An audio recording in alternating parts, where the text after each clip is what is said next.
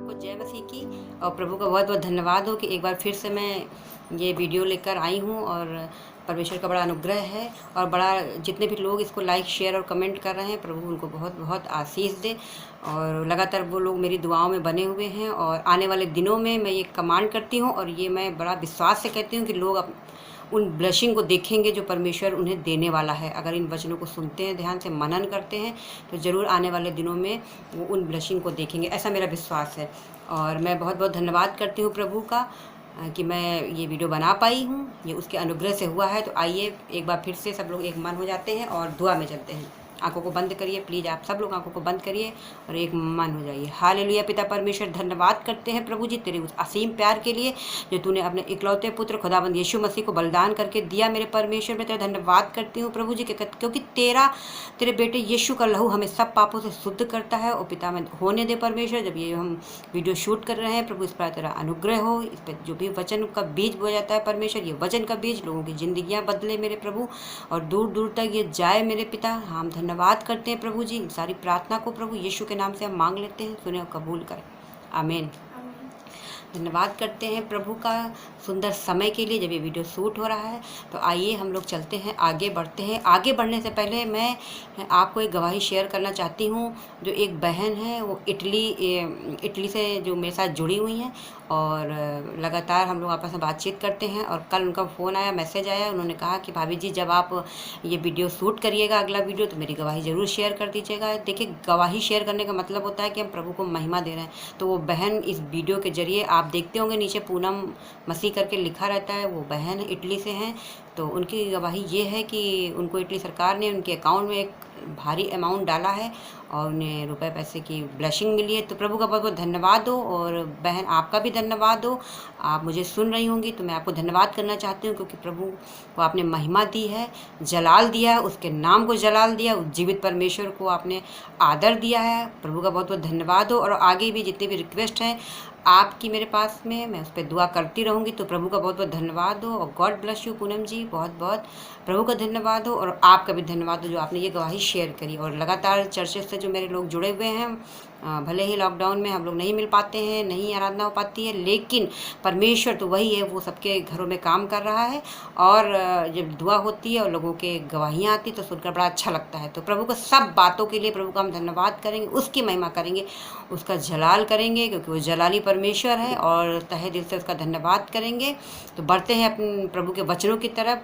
Hallelujah, praise the Lord. और सबको जय मसीह की। और आज का वचन है, जिनके पास बाइबल हो आप प्लीज़ बाइबल से निकाल सकते हैं या सकती हैं।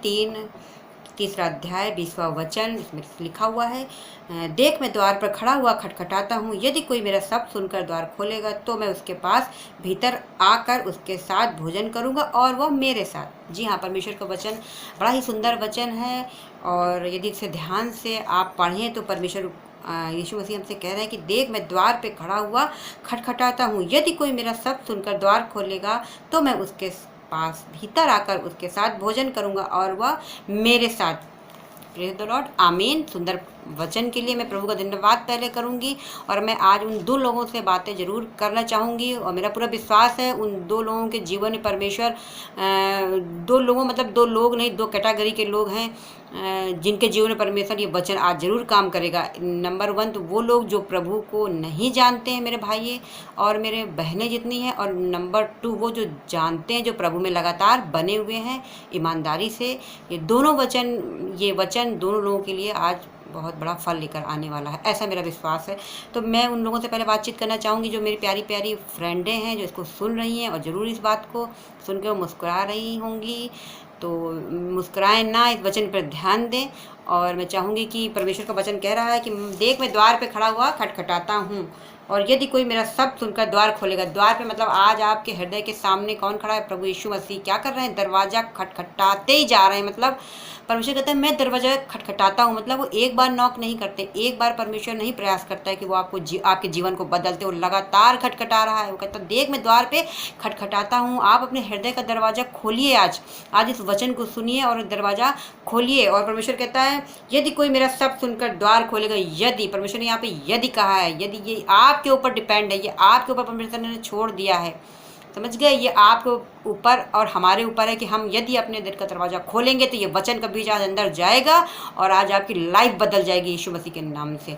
तो यहाँ पे परमेश्वर कह रहे हैं कि जब आप खोलोगे तो मैं भीतर आकर उनके पास भीतर आकर उनके साथ भोजन करूँगा और वो मेरे साथ। जब आप अपने हृदय का दरवाज़ा खोलेंगे तो परमेश्वर का वचन आपकी ज़िंदगी में काम करेगा। लोग बोलते हैं कि मैं क्यों मानूं यीशु मसीह को और मैं क्यों उनकी तरफ करूं, और वो ऐसे थे वो वैसे थे। अगर वो इतना ही होता तो अपने आप को बचा लेते, क्रूस पे क्यों चढ़ गए। तो मैं आपको एक बात बताना चाहती हूँ मेरे प्यारे भाइयों और बहनों, और जो लोग प्रभु को नहीं अपनाते हैं या जो लोग प्रभु को नहीं जानते हैं, तो मैं आपको एक बात बता दूं कि जैसे कोई व्यक्ति है, मैं छोटा सा उदाहरण दूंगी कि जैसे कोई व्यक्ति है किसी ने हत्या कर दी है, मान लीजिए। अब वो हत्या कर दी है तो क्या होगा, पुलिस पकड़ के ले जाएगी, पुलिस पकड़ के ले जाएगी, उसे कानूनन सज़ा होगी, फांसी भी हो सकती है, उम्र कैद भी हो सकता है। ठीक इसी प्रकार जब मनुष्य पाप करता है, बचपन से पाप करता चला आ रहा है, तो उसको तो दंड मिलना ही है। लिखा है बाइबल में पाप की मजदूरी मृत्यु है। अब वो मृत्यु का मतलब ये नहीं है कि एकदम से आप मर जाओगे पाप कर रहे हो, नहीं, थोड़ा थोड़ा करके बीमारी, आपके बच्चों के जीवन में रुकावट, समस्या, कलह, ये धीमे धीमे हमको मजदूरी मिलने लगती है। तो लेकिन अगर उसी समय कोई व्यक्ति आ जाए, बोले कि ठीक है तुमने हत्या कर दी है, जाओ तुम फ्री हो, आज़ाद हो, और मैंने इस हत्या का बोझ अपने ऊपर ले लिया है, मैं ये सज़ा काटूंगा।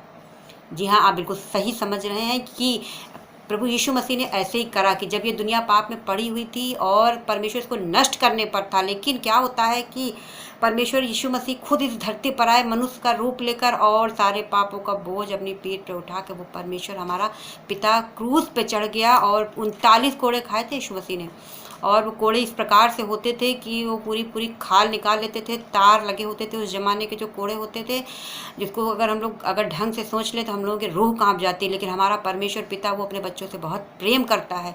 क्यों करता है आप बताइए? ये मेरा घर है, मेरा घर बड़ा खूबसूरत है, इस घर का मालिक कौन है? मेरे हस्बैंड है। मेरे हस्बैंड की कहीं पोस्टिंग हो जाती है, और इनकेस खुदा न खास्ता यदि हम लोग किसी प्रॉब्लम में आ जाते हैं तो लोग क्या करेंगे? लोगों को बताएंगे, लोग एडवाइस दे देंगे कि नहीं ये कर लो वो कर लो। लेकिन हमारा इस घर का मालिक, हमारा हस्बैंड, बच्चों का पिता भाग कर आएगा और हमें बचाएगा। इसी तरह परमेश्वर जो इस जगत का परमेश्वर है, मालिक है, वो पिता है, सारी सृष्टि का परमेश्वर है, वो भाग कर आया, उसने लहू बहाया, उसने हमारे लिए प्राण दिए। तो चिंता कौन करेगा? दरवाज़ा कौन खटखटाएगा? कौन लगातार आपके पास सुसमाचार पहुंचाएगा? यीशु मसीह पहुंचाएंगे, क्योंकि उसको तुम्हारा ध्यान है। वो परमेश्वर है, उसने पीठ पर कोड़े खाए हैं, उसने शर्मिंदगी उठाई है, उसने मुंह पे थुकवाया है, उसने अपनी दाढ़ी नचवाई, क्योंकि वो हमारा पिता एक पिता ही है। अपने बच्चों के लिए ऐसे कर सकता है। वो अपने बच्चों को मरने नहीं छोड़ सकता है कि नहीं जाओ तुम पाप कर रहे हो, जाओ तुमको मजदूरी अभी मिलेगी, पूरी जिंदगी तो तुम्हारी कट गई है, लास्ट में तुम खटिया पे पड़े पड़े बीमारियों को भोगोगे। नहीं, परमेश्वर चाहता है आज आप इस वचन को सुने, उसे ग्रहण करें, दरवाजा खोल दें आज यीशु मसीह के नाम से।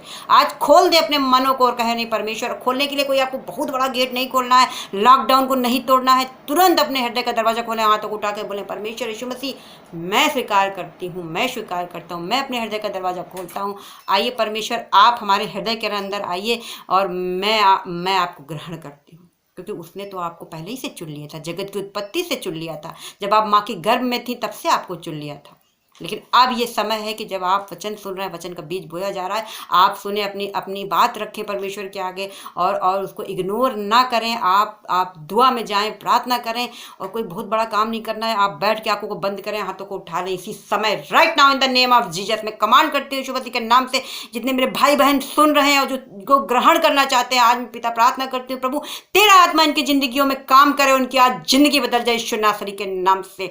इसी समय परमेश्वर, क्योंकि तेरे वचन में लिखा ना बल से ना शक्ति से बल्कि तेरी आत्मा के जरिए सारे कार्य हो सकते हैं। जितने भी भाई बहन कहीं भी हो, कहीं से भी होकर मुझे सुन रहे हैं और चाहते हैं कि नहीं परमेश्वर के जीवन में काम करे, तो इसी समय right now in the name of Jesus सारी अंधकार की शक्तियां छोड़ दे। जो शैतान ने जो रस्सियां फेंकी हैं इनके बच्चों के लिए, इनके परिवारों के लिए, कलह है, पति शराब में है, किसी बुरी आदत में है, इसी समय परमेश्वर का आत्मा इनके जीवन में काम करे और ये अपने हृदय को खोलने वाले बन जाएं। मैं प्रार्थना करती हूँ, आज पूरा विश्वास करती हूँ कि वचन आपकी जिंदगियों में काम करेगा। तो आप मेरे प्यारे भाइयों बहनों, आप परमेश्वर को मौका दें अपनी जिंदगी में काम करने का। आप मौका दें, अपने हृदय का दरवाजा खोल दें, खोल दें अपने हृदय का दरवाजा। आज मेरी रिक्वेस्ट है यीशु नासरी के नाम से, आज परमेश्वर का आत्मा आपके जीवन में काम करेगा। दूसरा, मैं उन लोगों से बातचीत करना चाहती हूँ जो लोग परमेश्वर में बने हुए हैं और उनके जीवन में उन्नति नहीं हो रही है, वो परमेश्वर की ब्लेसिंग को नहीं देख रहे हैं, बड़ा परेशान है, मैं क्या करूँ, और ये इस डिसीजन पे पहुंच गए हैं कि नहीं, अब मैं छोड़ दूंगा, अब ये यीशु मसीह मेरे जीवन में कुछ काम नहीं कर रहा। तो मैं इनको एक बात बताना चाहती हूँ कि आप लोग राज पदाधिकारी के लिए चुने गए हैं, आप परमेश्वर की निज प्रजा हैं। प्लीज़ आप ऐसा मत करें, आप परमेश्वर के वचन पर ध्यान दें। और क्योंकि परमेश्वर का जब एंट्री होती है आपके लाइफ में तो उसकी योजना बहुत बड़ी है। हाँ, भले योजना ये देरी हो सकती है, उसमें भी उस परमेश्वर का कोई दोष नहीं, उसमें हमारी और आपकी गलती सम्मिलित होती है, क्योंकि परमेश्वर एक योजना के तहत आपकी लाइफ में आता है। मैं आपको बताना चाहती हूँ और आपका ध्यान ले जाना चाहती हूँ यूहन्ना के 4 में आपने पढ़ा होगा, एक सामरी स्त्री के बारे में जिक्र है कि कैसे परमेश्वर ने उसका जीवन बदला। हाँ जी, जब आपके जीवन में परमेश्वर आता, आप समझ जाइए कि कोई बड़ी योजना आपके लाइफ में होने वाली है। आप हाउस वाइफ हैं, आप नौकरी करती हैं, आप सलून चलाती हैं, कुछ भी करती है, नहीं कोई फर्क पड़ता है मेरे पिता को। उसको फर्क पड़ता है कि आपने अपने हृदय का दरवाजा खोला है कि नहीं खोला है, उसको इस बात से फर्क पड़ता है। आप अपने हृदय का दरवाजा खोलिए और फिर अद्भुत चमत्कारों को अपनी लाइफ में होते हुए देखिए। मैं आपका ध्यान ले जाना चाहती हूँ, यहाँ पे बहुत शॉर्ट में बताऊंगी, उन लोगों के लिए खास तौर से है, जो दोनों लोगों के लिए, जो प्रभु को नहीं जानते हैं और जो प्रभु में बने हुए हैं। तो दो लोग ध्यान से सुन लें। इसमें लिखा है, एक सामरी स्त्री के बारे में लिखा है, हम लोग 4:6 से पढ़ेंगे कि और याकूब का कुआं भी वहाँ था, सो यीशु मार कर थका हुआ उस कुएं पे यूं ही बैठ गया। मतलब प्रभु यीशु मसीह यहाँ जा रहे हैं, बहुत थके हुए हैं, और वो यीशु मसीह के अगर आप पढ़ोगे तो वो परमेश्वर, हमारा जीवन देने वाला परमेश्वर था, वो जा रहा है, थका है और यूं ही बैठ गया। आप समझो, वो पृथ्वी पर तो यूं ही आया नहीं, तो वो यूं ही कैसे कुएं पे बैठ सकता है। मैं आपका ध्यान ले जाना चाहती हूँ, लिखा है इतने में क्या हुआ, एक सामरी स्त्री जल भरने आई। जी हाँ, सामरी स्त्री। यहूदी और सामरियों में बड़ी कट्टर दुश्मनी थी, वो पसंद नहीं करते थे एक दूसरे को, लेकिन हमारा परमेश्वर, चाहे आप हिंदू हो, चाहे मुसलमान हो, चाहे गोरे हो, चाहे काले हो, चाहे कैसे भी हो, आप अपने हृदय का दरवाजा खोलेंगे तो वो इसी वक्त आपकी लाइफ में काम करेगा। आप अपनी प्रार्थना को रखेंगे सच्चे हृदय से, वो आपकी प्रार्थना को सुनेगा, क्योंकि उसने बोला है, तेरे मांगने से पहले और तेरे पुकारने से पहले मैं तेरी सुन लूंगा। और वो अपने वचन का पालन करता है। लिखा है, उसने अपने आप से ज़्यादा वचन को महत्व दिया, यानी कि उसने जो कुछ बोल दिया वो आपके जीवन में होगा ही होगा। इसलिए उसके वचन पे भरोसा रखें, क्योंकि वो दरवाजा खटखटा रहा है। तो यहाँ पे क्या हुआ, सामरी स्त्री जब जल भरने को, इतने क्या हुआ, यूं ही बैठ गया। उसकी यूं ही नहीं बैठा था, यूं ही वचन आपके लाइफ में नहीं आया है, यूं ही आपने ये वचन नहीं सुना है, यूं ही ये वीडियो आपके जीवन में नहीं आ गया है, जरूर आपका जीवन बदलने वाला है। तो यहाँ पे परमेश्वर कहते हैं, सामरी स्त्री जब देखा कि वो सामरी स्त्री आ रही, उसने कहा मुझे पानी पिला, मुझे पानी पिला। अगर हम लोग ध्यान दें तो जब क्रूस पे परमेश्वर लटके हुए थे, उन्होंने 5वां वचन बोला था कि मैं प्यासा हूँ। जी हाँ, परमेश्वर प्यासा है, किसका, अपने बच्चों का, क्योंकि ये जगत उसके हाथों की रचना है, उसके बच्चे यहाँ पे रहते हैं, उसको चिंता है, इसलिए वो प्यासा है आज भी। और उस स्त्री से भी उसने कहा मुझे पानी पिला। लिखा है, क्योंकि उसके चेले तो नगर में भोजन मोल लेने चले गए थे। यीशु मसीह के कितने चेले थे, 12 चेले थे। अब आप समझिए, सारे चेले चले गए खाना लेने, एक भी जा सकता था, 2 भी जा सकते थे, लेकिन नहीं, यहाँ पे परमेश्वर की कोई योजना है, यहाँ पे परमेश्वर की योजना शुरू होती है। यदि आप इस वचन को ग्रहण कर रहे हैं, आपकी लाइफ में परमेश्वर की योजना आज से इसी समय काम करने लगेगी, ऐसा मेरा विश्वास है। और जैसे ही लिखा है कि परमेश्वर ने स्त्री से कहा कि मुझे पानी पिला, तो उस सामरी स्त्री ने कहा, तू यहूदी होकर मुझ सामरी स्त्री से क्यों पानी मांगता है, क्योंकि यहूदी सामरियों के साथ किसी प्रकार का कोई व्यवहार नहीं रखते थे। तो वो बड़ा अचंभित होकर कह रहे कि यीशु मसीह हमसे क्यों पानी मांग रहे हैं, हम तो सामरी हैं और ये तो यहूदी व्यक्ति है। लेकिन मैं आपको बता दूं, परमेश्वर को कोई फर्क नहीं पड़ता है आप क्या कर रहे हैं, कितने पाप में हैं, कितनी गलतियां कर चुके हैं, कोई बात नहीं। आप हृदय खोलकर अगर परमेश्वर को आप स्थान देंगे तो वो आपको ऊंचा करेगा।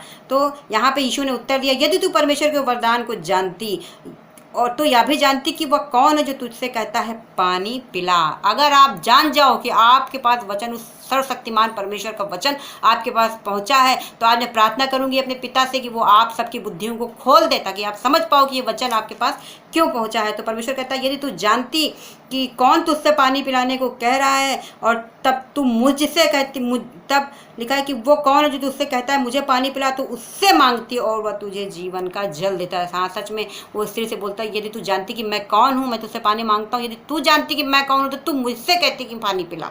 तो परमेश्वर कहता है, तब स्त्री ने उससे कहा कि प्रभु तेरे पास जल तो भरने को कुछ है नहीं, मैं किस में जल दूँ।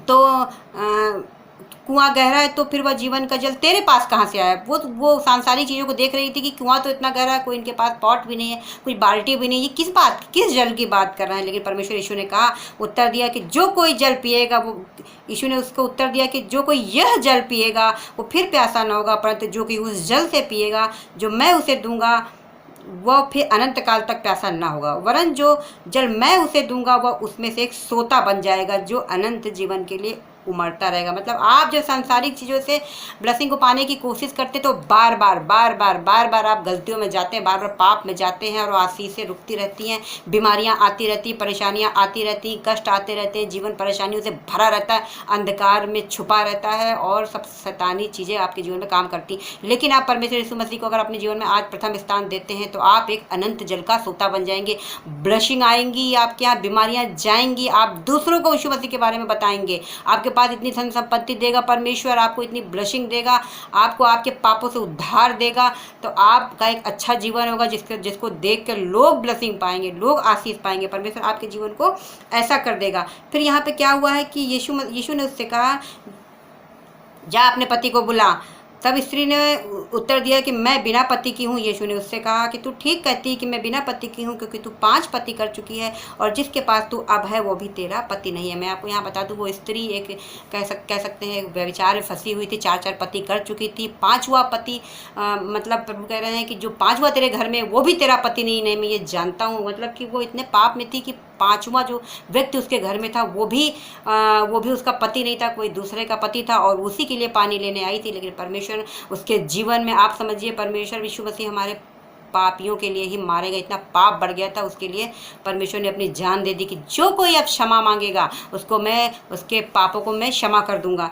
तो परमेश्वर यहाँ जानते थे वो पाप में पड़ी हुई है। तो जब ये बात उसने सुना कि मैं 4-5 पति कर चुकी हूँ और ये बात ये कैसे जानते, तो शायद वो बड़ा खुशी से प्रसन्न हो गई। और लिखा है, स्त्री ने उससे कहा, मैं जानती हूँ कि मसीह जो ख्रिस्तुस कहलाता है आने वाला है, जब वो आएगा तो हमें सब बातें बता देगा। वो मतलब वो सुन चुकी थी कि भविष्यवाणी कि नहीं, कोई मसीहा आने वाला, कोई उद्धारकर्ता आने वाला है, तो सब बातें बता देगा। तो वो सोच रही कि ये प्रभु जो सब बातें बता रहे हैं, कहीं यही तो वही नहीं है। तो यीशु ने उससे कहा कि मैं जो तुझसे बोल रहा हूँ वही हूँ, हाँ मैं वही उद्धार करता हूँ, हाँ वो तुम्हारे पापों से उद्धार देने वाला ये वही परमेश्वर है। और लिखा है, तब वो स्त्री अपना घर छोड़कर नगर में चली गई। उस स्त्री ने फिर देर नहीं की, ना लोगों की बातों पे मन लगाया कि नहीं वो ईसाई हैं, वो अमेरिका के हैं, वो यहाँ के हैं यीशु मसीह, नहीं, उसने तुरंत जान लिया कि नहीं ये वही परमेश्वर है जो हमारे पापों से हमारा उद्धार कर सकता है। लिखा तुरंत वो घड़ा छोड़ दिया। हाँ, घड़ा उसने छोड़ दिया, लोगों की बातों पर ध्यान नहीं दिया, क्योंकि घड़ा लेकर अगर वो घर जाती तो उसका 5वां पति उसको रोक लेता, वो शायद वो फिर ना आ पाती। इसी तरह जैसे दूसरों की बातों पे मन लगाएंगे ना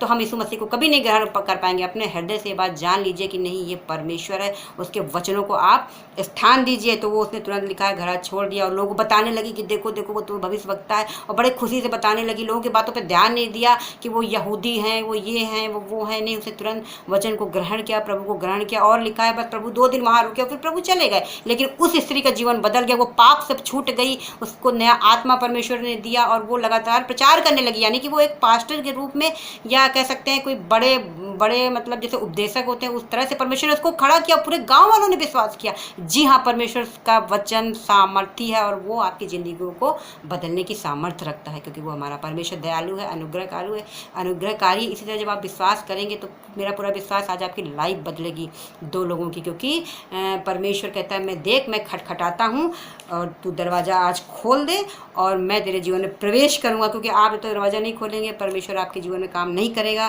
क्योंकि 21 वचन में जब देखते हैं लिखा है, जो जय पाए मैं उसे अपने साथ सिंहासन पर बैठाऊंगा। जो जय पाए, जो अपनी बुरी चीज़ों से, बुरी कामनाओं से, बुरी लालसाओं से, बुरी चीज़ों से जय पा लेगा, परमेश्वर को ग्रहण करेगा, उसको वो सिंहासन पर बैठाएगा। यहाँ तो वो उसे ब्लेसिंग देगा ही, जब मरने के बाद जब न्याय होगा तो वो अपने सिंहासन के नज़दीक बैठाएगा। आइए हम सब मिलकर दुआ करते हैं, चलते हैं उस परमेश्वर की तरफ और धन्यवाद करते हैं। हालेलुया। पिता परमेश्वर, ओ री बाला का शिंद लवा रबा रबा शिंद री बाला का शिंद लवा रबा रबा शिंद री बाला का शिंद रबा पवित्र परमेश्वर। हाँ पिता, तू अनुग्रहकारी है, तू दयालु है पिता, हम तेरा धन्यवाद करते हैं प्रभु। आज मैं प्रार्थना करती हूँ मेरे पिता, जितने भी ये वचन सुन रहे हैं प्रभु जी, उन सब पर तेरा अनुग्रह हो मेरे पिता।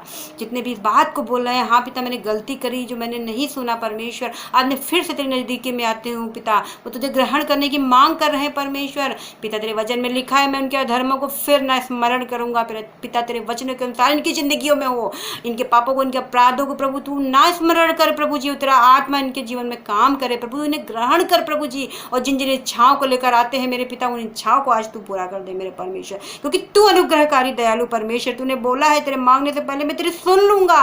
तू मत घबरा, मत परेशान हो पिता। तूने कहा है बाइबल के हर एक पन्ने पे तेरा लिखा है वचन, मत डर मैं तेरे आसपास हूँ। हाँ प्रभु, तो इनके आसपास रहिएगा। जब ये प्रार्थना में बैठते हैं, 2 पल की भी अगर ये प्रार्थना करते हैं परमेश्वर, आप अपनी उपस्थिति से भरिएगा मेरे पिता। आप इन्हें बचाइए मेरे परमेश्वर, हर एक शैतान के चंगुल से बचाइए मेरे परमेश्वर। जिंदगियां खराब हो रही हैं, निराश हो गए जो लोग प्रभु में बने हुए हैं प्रभु जी, और कहते हैं कि नहीं मैं निराश हो चुका हूँ, मेरे लिए कोई आशा नहीं, कोई दरवाजा नहीं मेरे लिए खुला है परमेश्वर। तो उनके लिए नए नए दरवाजे खोल दीजिए आज आप। मैं प्रार्थना करती हूँ प्रभु जी, हर एक के जीवन में आप काम करिए जो किसी प्रकार से उलझन में, डिप्रेशन में है प्रभु। तेरा आत्मा काम करे और हर एक डिप्रेशन की आत्मा जाती रहे इनकी जिंदगियों से। वो फंदा जो शैतान ने बनाया है, हर एक फंदा आज टूट जाए यीशु मसीह के नाम से। ये ब्लेसिंग को देखें, आशीष को देखें। और जब ये लॉकडाउन खुलता है मेरे प्रभु जी, अपने कामों को जाते हैं, जिन बहनों के मैं देख रही हूँ किसी के पार्लर है, परमेश्वर को ब्लेसिंग देने जा रहा है परमेश्वर। जैसे ये बहन अपने पार्लर को खोलती है मेरे पिता, आप इसके पार्लर में भरपूरी करना, लोगों की भीड़ जमा होने पाए यीशु मसीह के नाम से। और अब शिंदरी बला का शिंद लबा पवित्र परमेश्वर, हर एक को अनुग्रह कर पिता। यदि कोई दूर है अपने परिवार से प्रभु, तू अब माँ बाप बन के उनके पास पहुंच जाना मेरे पिता। सच में पिता, तेरे वचन में लिखा है माँ अपने बच्चों को छोड़ देती है पिता, पर तू अपने बच्चों को कभी नहीं छोड़ता मेरे पिता। मेरे अनुग्रहकारी, मेरे दयालु परमेश्वर खुदा, मैं तेरा धन्यवाद करती हूँ। कोई बीमारी में, कोई परेशानी में है पिता, मैं कमांड करते हैं यीशु मसीह के नाम से, हर एक बीमारी जाती रहे यीशु मसीह के नाम से, हर एक दर्द जाता रहे यीशु मसीह के नाम से, हर एक डिप्रेशन की आत्मा शर्मिंदा हो यीशु मसीह के नाम से। यदि किसी के जीवन में कोई शर्मिंदी का कारण है, वो कारण आज खत्म हो जाए यीशु मसीह के नाम से। कोई उलझन में है, परेशानी में है, हर एक उलझन परेशानी में प्रभु तेरी आग उतरे और जल जाए इसी समय, right now in the name of Jesus. हर एक शैतानी शक्तियाँ छोड़ दे यीशु मसीह के नाम से। और मैं तेरा धन्यवाद करती हूँ प्रभु जी, तेरी हुजूरी के लिए प्रभु जी, तेरी उपस्थिति के लिए, क्योंकि तूने हर एक को छुआ है प्रभु जी। हाँ, मैं अपनी आत्मा में ये बात जान सकती हूँ प्रभु मेरे पिता, मेरे परमेश्वर, कि तूने हर एक जन को छुआ है, हर एक भाई को छुआ है, हर एक बहन को छुआ है। तूने एक माँ की तरह सहलाया है और कहा है कि मत डर मैं तेरे आसपास हूँ, मत डर, तू अकेला नहीं, तू अकेली नहीं, मैं तेरे आसपास हूँ। हाँ पिता परमेश्वर, मैं तेरा धन्यवाद करती हूँ पिता परमेश्वर, क्योंकि तू अनुग्रहकारी है, तू दयालु है। हाँ परमेश्वर, मैं तेरा धन्यवाद करती हूँ पिता, क्योंकि तूने हमारी प्रार्थनाओं पे कान लगाया है, तूने हमारे मांगने से पहले उत्तर दिया है प्रभु जी। हाँ, हम आपका धन्यवाद करते हैं और सब विश्वास करते हैं जितने लोग प्रार्थना कर रहे हैं प्रभु जी, आपने सबकी प्रार्थनाओं को उठा लिया है और तू उनका उत्तर देने पर है परमेश्वर। धन्यवाद करते हैं पिता परमेश्वर। इस प्रार्थना को प्रभु हम तेरे बेटे और हमारे उद्धार करता प्रभु यीशु मसीह के मधुर मीठे नाम से हम मांग लेते हैं, सुने और कबूल करें। आमीन आमीन आमीन। सबको जय मसीह की। और प्लीज़ इस वीडियो को लाइक करें, शेयर करें और कमेंट करें। और शेयर करने में आपको 1 सेकंड 2 सेकंड इससे भी कम लगने वाला है, लेकिन इस वचन से किसी की ज़िंदगियां बदल जाएंगी और ये ब्लेसिंग आपको मिलेगी, ये 101% मिलेगी। जब आप वचन बांटते हैं तो ब्लेसिंग आती है। और तो आप लोग ऐसा ज़रूर करें। धन्यवाद सबको, जय मसीह की।